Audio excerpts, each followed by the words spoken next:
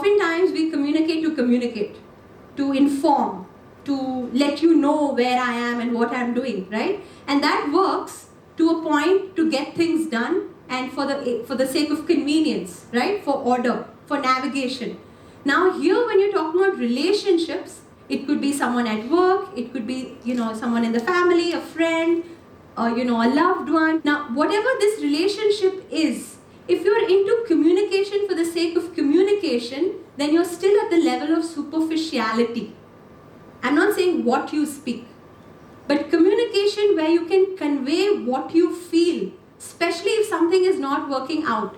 Here what I'm trying to say is, when two people have an argument, let's give an example, stereotype, but don't get me wrong, a male and a female, where the male is headstrong and doesn't like conversations. And the girl is emotional and she always wants to talk. Now she wants to talk on her feelings and he wants to know what's wrong. Sounds familiar? Like you can relate to what I'm trying to say?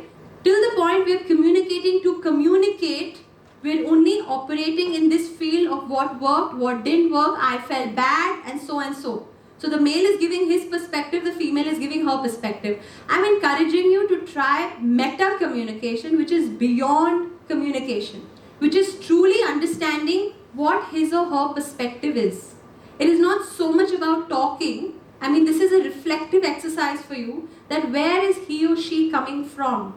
And literally where he or she is coming from. So for example, we've come to the club. If I've come from Bandra and someone's come from Powai, we've come from different roots. So our roots are not the same. When we come here and we discuss where did you come from, we are not going to have any synchrony in discussing of our roots, right? So when we have a conversation, people have different perspectives.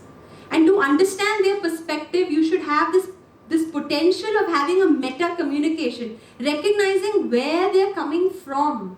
Their route is different, their background is different, their upbringing is different, their outlook is different, their dreams are different, their aspirations are different. Most importantly, their stages of consciousness are different.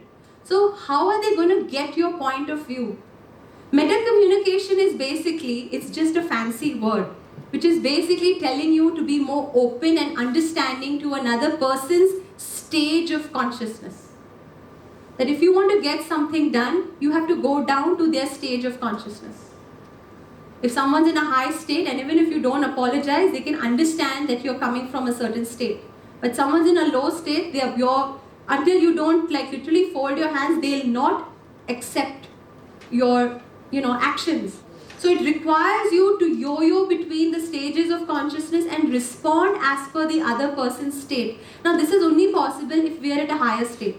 If we ourselves are at lower states, we are only going to fight with them. So I'd encourage you yet again to work on your level of understanding, increase your level of self-acceptance in order to accept another.